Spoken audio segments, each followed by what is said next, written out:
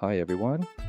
If you've ever dreamed of stepping into an Italian fairy tale with narrow cobblestone streets, flower-covered balconies and views of turquoise water, then welcome to Lake Como.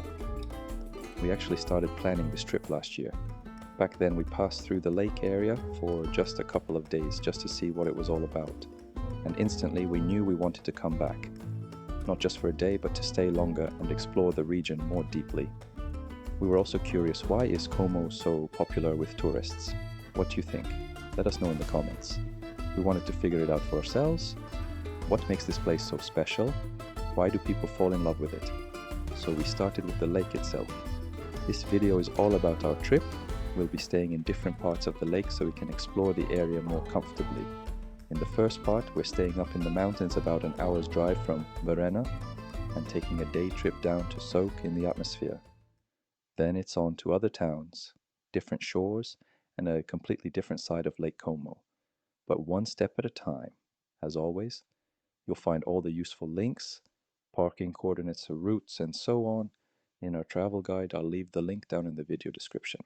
We flew into Bergamo Airport.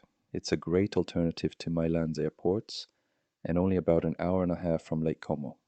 As usual, we rented a car, which made getting to our place super easy. We chose to stay in the mountains for the first few days in a quiet little valley, totally hidden from the world. It was peaceful and incredibly relaxing. Getting there was a bit of a challenge though, winding roads, a steep climb of almost a kilometer. Let's just say, not everyone in the car was thrilled, but the views made it all worth it, absolutely breathtaking. Here's a fun fact. Lombardy is one of the wealthiest regions in Italy, and up here in the mountains, you'll find dozens of ancient villages, some over 1,000 years old, and many of them haven't changed much in centuries. How could we not stop and take a closer look? You could honestly sit for hours just watching the clouds drift between the peaks. For a moment, we even thought about staying here the whole time and skipping the lake altogether. But no, the lake was our main goal, and of course, we had to explore it.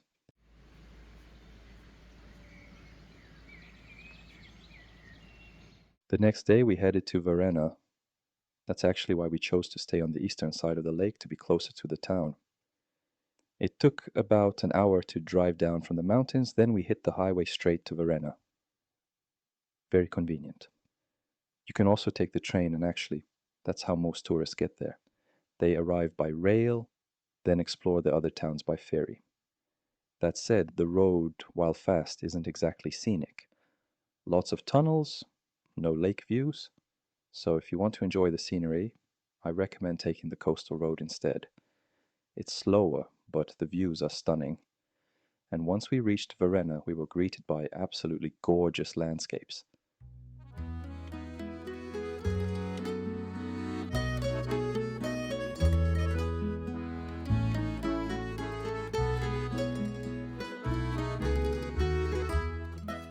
We quickly found parking, a big parking garage right in the middle of town, across from Villa Monastero. I'll mark it on the map in our guide. Parking in this area isn't easy, so if you're driving, plan ahead.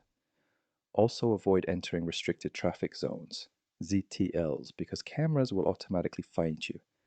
I'll drop a link in the guide to help you check the zones. We plan to visit two villas, Villa Monastero and Villa Cipressi. Correct me if I'm pronouncing that wrong. More specifically, they're gardens. The villas themselves are museums with reconstructed interiors. If you're into antique furniture and old world decor, you can buy an extra ticket. For that, it's inexpensive. But most people come for the gardens, and for good reason. The gardens stretch along the lakeshore and blend into each other seamlessly. It's like a botanical paradise where you could easily wander for hours. There's a lovely walking path along the shore, extending past Varenna, and the views of the lake, absolutely incredible. Definitely one of the most photogenic spots for Instagram or social media. Varenna was founded back in the 11th century as a fishing village. Later, during the Renaissance, it became a vacation spot for the wealthy. Its location made it an important link between Milan and the north of Italy. Villa Monastero started out as a women's monastery. From that same period, then, was later turned into a lavish residence. Today it's a museum and conference center, but its terraced gardens filled with exotic plants are the real highlight. Villa Cipressi was built later and has been renovated many times. Today it's a hotel with open access to the gardens, perfect for a walk through picturesque alleys and for sitting with a view of the lake. Usually you can get a combined ticket for both gardens. After the gardens we were starving, so we wandered through the streets looking for food and found a cozy lakeside restaurant. We ordered creamy mushroom risotto and a truffle pizza with fresh mozzarella. Everything made from local ingredients, incredibly fresh and flavorful. Varenna isn't just known for its beauty, the food here is excellent. If you visit, definitely try dishes with the lake fish, risotto and local desserts. I'll include a list of recommended dishes in our guide. Our day in Varenna came to an end, but there was still so much ahead: new towns, new routes, and lots more to discover.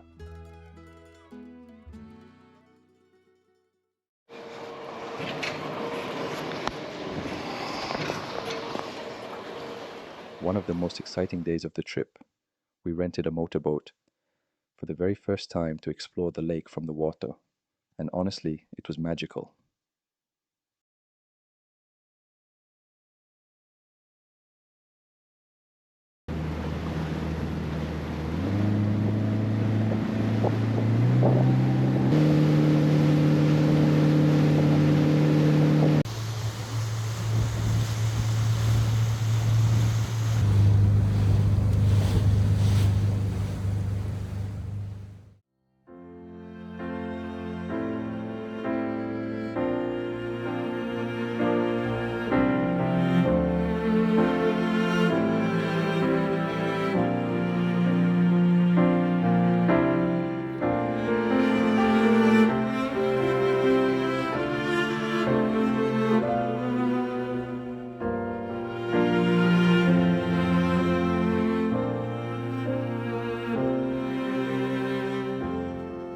Seeing the lake from the water is a completely different experience. It feels calmer, deeper, more majestic. Plus, you get views that you simply can't see from land. We slowly cruised toward Bellagio, passing by Varenna. On the left, charming villages. On the right, majestic mountains disappearing into clouds. Bellagio looks especially impressive from the water. Colorful houses, a neat promenade, church spires and villa domes rising in the distance. Along the way, we passed iconic villas Balbianello and Carlotta. Some of them might look familiar from movies Star Wars and Casino Royale were filmed here. The weather that day had a mind of its own: bright sun one moment, clouds and light rain the next. But honestly, it only added to the mood. It felt like a real adventure, a little unpredictable, but even more memorable because of it. After the boat ride, we returned to shore and drove north. We took a ferry, I think from Cadenabia, and crossed over to Bellagio. From there, we headed to our next stay.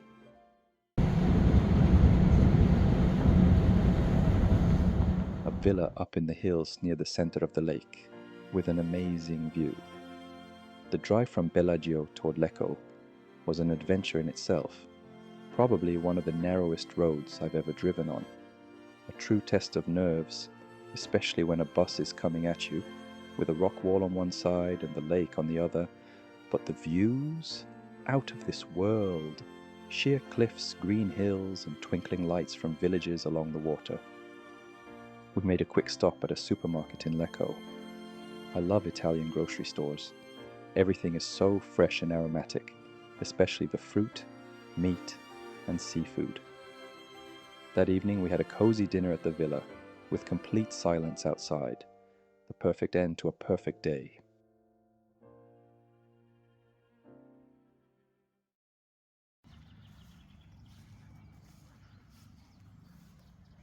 Next morning we woke up in this magical place, with mountains in the mist, the lake below, and the crisp scent of trees and water in the air.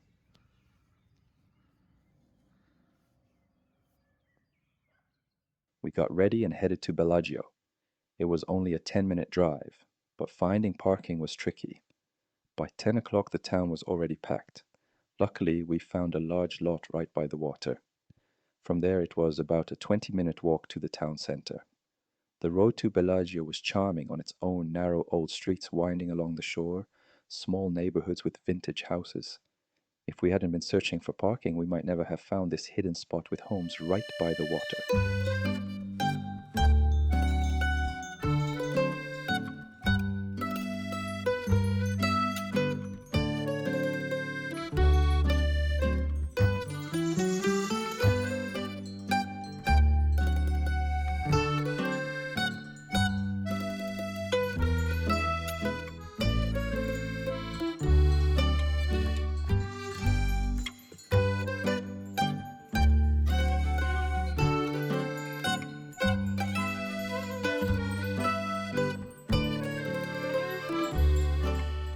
Eventually, we popped out right in the center of Bellagio.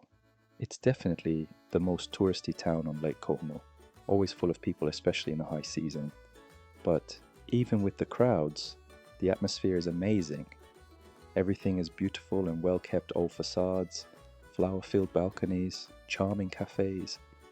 Bellagio is often called the Pearl of Lake Como, and not without reason. It's not just a pretty town, but a place with a rich history. Bellagio is one of the oldest towns on the lake. Its roots go back to Roman times. It's believed that Pliny the Younger, a famous Roman aristocrat, vacationed here. In the Middle Ages, it became a key strategic point between Milan and the Alpine passes. And in the 18th and 19th centuries, it became a fashionable resort for European nobility. Austrian emperors, Napoleon III, the Rothschilds, they all came here. That's when Bellagio took on the look we see today. Elegant villas, parks, terrace streets, lakeside promenades. One of the most famous villas is Villa Serbelloni, founded in the 15th century.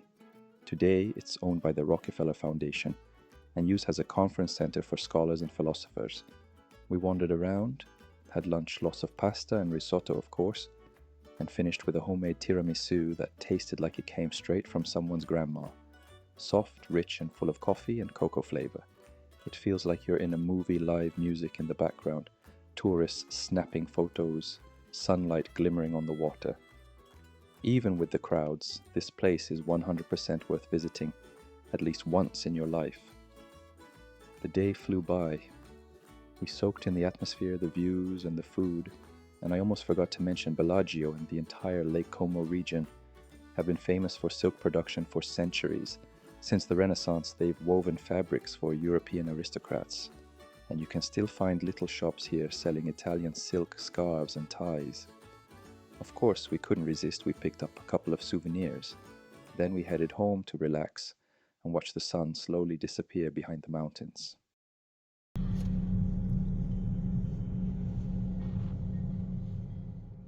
The next day it was time to say goodbye to our cozy villa. Bags packed. A little sad, but still excited. We had one last stop. We passed through Bellagio again and took a ferry to Cadenabia, or however you say it, I always forget. On the way down, we made one of the most atmospheric stops of the entire trip, Villa Balbianello. This villa is truly one of Lake Como's crown jewels. It was built in the late 18th century on the site of an old monastery. Later it became a private residence and a popular filming location. Even if you're not a movie fan, this place is worth a visit for the views alone. Dramatic gardens, a secluded spot right on the edge of the lake. Of course, that's when the rain hit. A sudden downpour.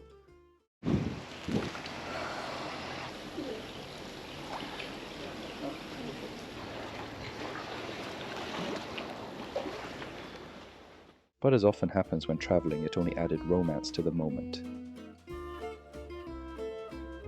After our visit, we headed toward the town of Como, passed close to the Swiss border just a few kilometers away, and then made our way back to Bergamo Airport. And that was our trip. We saw stunning places, stayed in the mountains and by the water, tasted amazing food, rode a boat, and even got a little wet in the rain. Lake Como is one of those places you just want to come back to. Now we get why people love it so much. And it's not just about Varenna, Bellagio, or the town of Como. There are dozens of little villages scattered around the shore, each with its own atmosphere, its own views, and hidden gems. We only saw a part of it. There's still the northern part of the lake, with alpine views, hiking trails, cable cars, and so much more. So if you think a couple of days is enough, think again. Lake Como is a place you want to stay longer and explore slowly. And if you are planning your own trip, don't forget to check the description under this video. All the useful links are there. See you in the next one.